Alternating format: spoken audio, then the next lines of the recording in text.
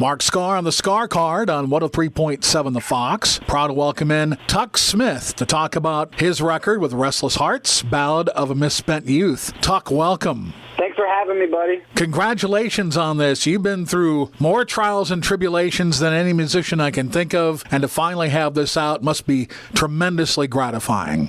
You have no idea. Right now, I celebrate every small victory. So just for this album to see the light of day, I couldn't be more happy. Let's back up, if you don't mind. You're probably loath to discuss it, but you probably have gone over it a million times in interviews. Going back 2 years to the pandemic, we won't even get into the previous band stuff, but we'll get into what happened. You had a record done. You were ready to actually go out and be a part of the stadium tour, and then COVID hit and everything fell apart. That's it. That's Cliff's Notes version. Yes, the Cliff Notes version. You're right.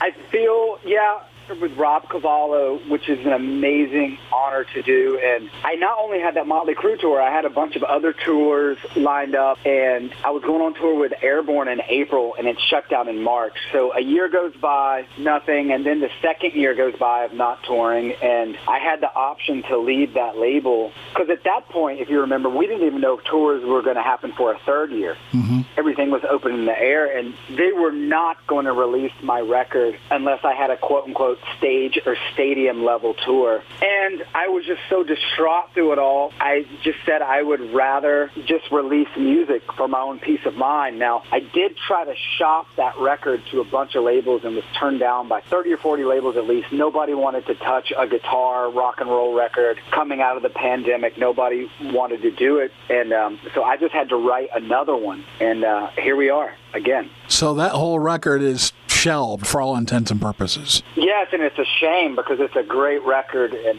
hopefully it sees the light of day one time. But is it kind of out of your hands? Yeah, I mean, they give me the option to buy it back, but a Rob Cavallo record is not a cheap record, and it comes with music videos and whatever cost, and then just the fact of the matter is rock and roll is a harder sell today. So hopefully I can gain enough momentum where they want to release it because it's in their best interest. That's the goal. Talking to Tuk Smith about, well, his career up to this point, and so Ballad of Misspent Youth, I think the title track was the first thing we heard before the record came out. Yeah, I wanted to lead with that single because I felt like it just kind of embodied everything I liked about rock and roll, attitude, energy, sing-along. So I thought that was the best foot forward. And then Everybody Loves You and You're Dead was what we heard next. Yes, complete 180 stylistically, you know. Tell me about that one. I mean, I'm a sucker for ballads and 70s glam. I love Bowie and ELO and Mott the Hoople and things like that. And I usually write most of my songs on the piano. And that song was recorded after the fact. After the first batch of songs, I went back and did that, recorded that in Nashville. And I think it turned out great. My understanding, Tuk, is that there is going to be a new single, Girls on the East Side of Town. Yes, and the video is hilarious that's accompanying it, and that it's probably one of my favorite songs on the album. It's very 70s. It's a whole lot of fun. Talking with Tuk Smith, tell me who's in the Restless Hearts. Shane Rickerson plays bass. He's from Nashville. And then I got Ricky Dover on guitar, and he was actually in my previous band playing bass, and he's been with me since I started this project, and I could not find a drummer to save my life. And I was introduced to this guy named Nigel in Atlanta, and I heard rumors about him that he was I can't cuss on here. Anyways, I met my drummer, Nigel, and he's one of the nicest guys I ever met. I call him my vice president. So I got Nigel Dupree on drums. It was really difficult trying to put together a band where everybody enjoyed the same music, stylistically knew where I was coming from. So I'm very blessed to have a band with the same vision. And Tuk, you've been teasing these songs on your socials, and it sounds really great. It's just a true spirit of rock and roll all the way through.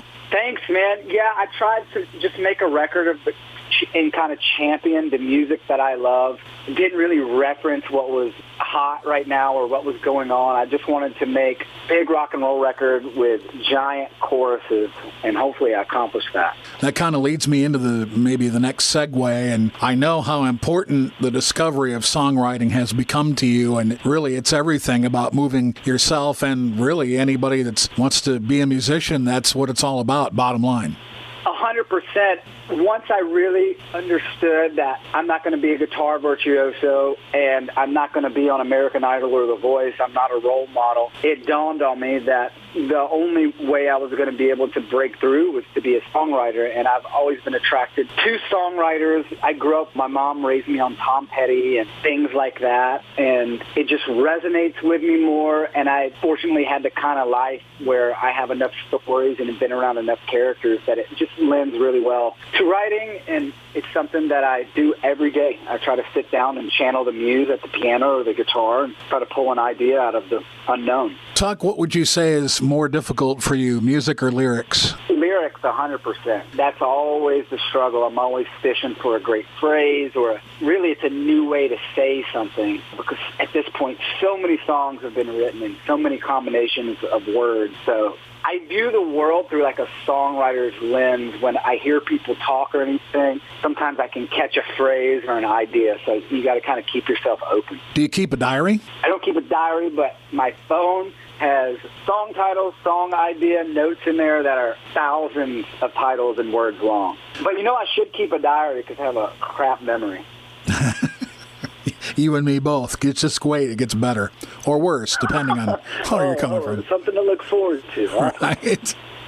I'm talking to Tuk Smith. My understanding is that you grew up a big punk rock fan. Yeah, man. It was just, fortunately and unfortunately, my upbringing, I did not like it where I grew up, and I didn't really relate, and I found an escape in punk rock and rock and roll, and I just related to the rebellious spirit of it, and that led me down the discovery road to anything and everything great of the last 60 years of rock and roll. So it was really just a gateway. Isn't it funny, the older you get, the more open-minded you become as a general rule? I mean, it's a beautiful thing because if you want to be a great songwriter, you've got to respect the craft and respect the art where people are coming from. So I couldn't imagine eating the same food every day. Could you imagine only listening to one genre of music? No way. We're with Tuk Smith. Tuck, I want to talk about something we kind of alluded to at the beginning, and I want you to talk to and speak about perseverance.